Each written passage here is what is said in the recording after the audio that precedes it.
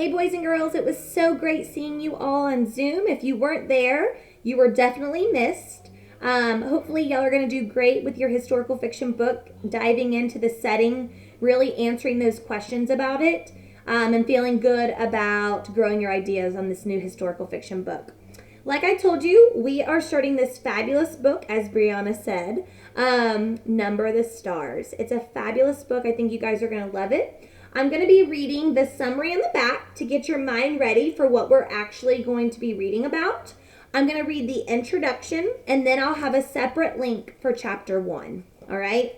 So, on the back for the summary of Number the Stars, it says, it is 1943, and for Anne-Marie Johansen, life in Copenhagen is a complicated mix of ordinary home and school time, food shortages, and the constant presence of Nazi soldiers. Bravery seems a vague virtue, one possessed by dragon-slaying knights and the bedtime stories she tells her younger sister, Kirsty. As the German troops begin their campaign to relocate all of the Jews of Denmark, the Johansens take in Anne-Marie's best friend, Ellen Rosen, and pretend she is part of the family. The girls live like sisters until it becomes clear something more needs to be done to save Ellen, her family, and the Jews of Denmark.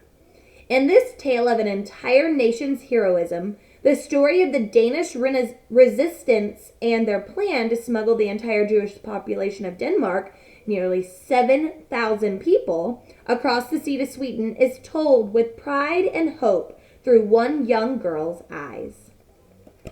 So I want to read the introduction that the author gave us. It's very important to understand her mindset and then kind of where she got this historical fiction character Anne-Marie from.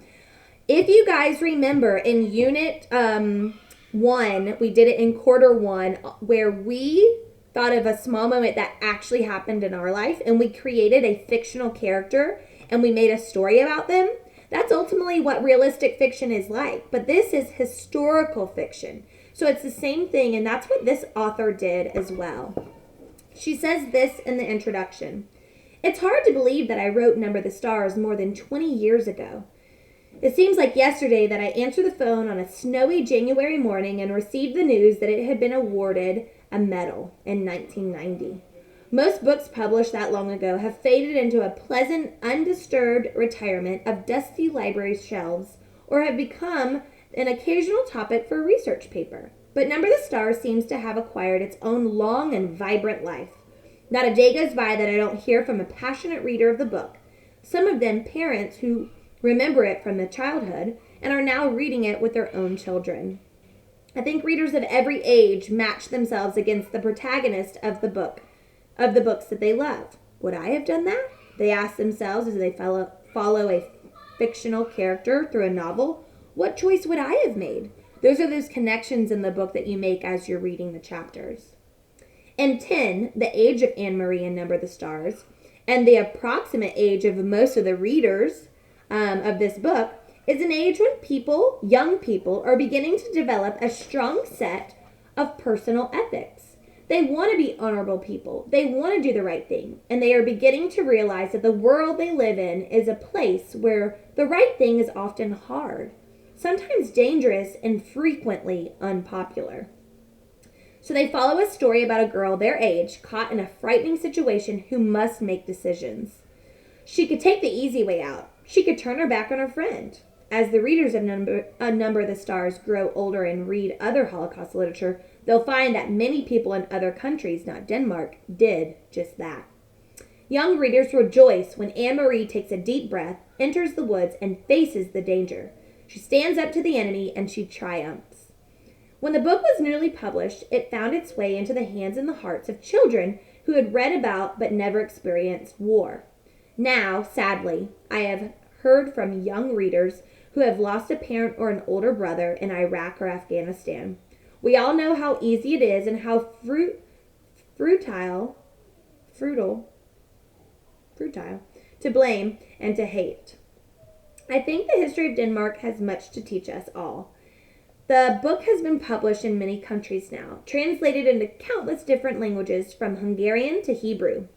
Everywhere, children are still reading about the integrity that a small Scandinavian population showed almost 70 years ago.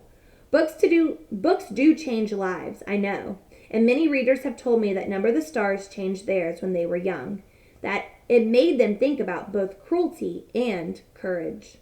It was something that shaped my idea of how people should be treated, wrote a young woman, recently recalling her own fourth grade experience with the book. The Danish friend who originally told me the story of her childhood in Copenhagen in 1943 and who became the prototype for the fictional Anne Marie is an old woman now. So am I. We both love thinking of children reading the story today, coming to it for the first time and realizing that once, for a brief time, in a small place, a group of prejudice-free people honored the humanity of others. And that was the introduction from the author.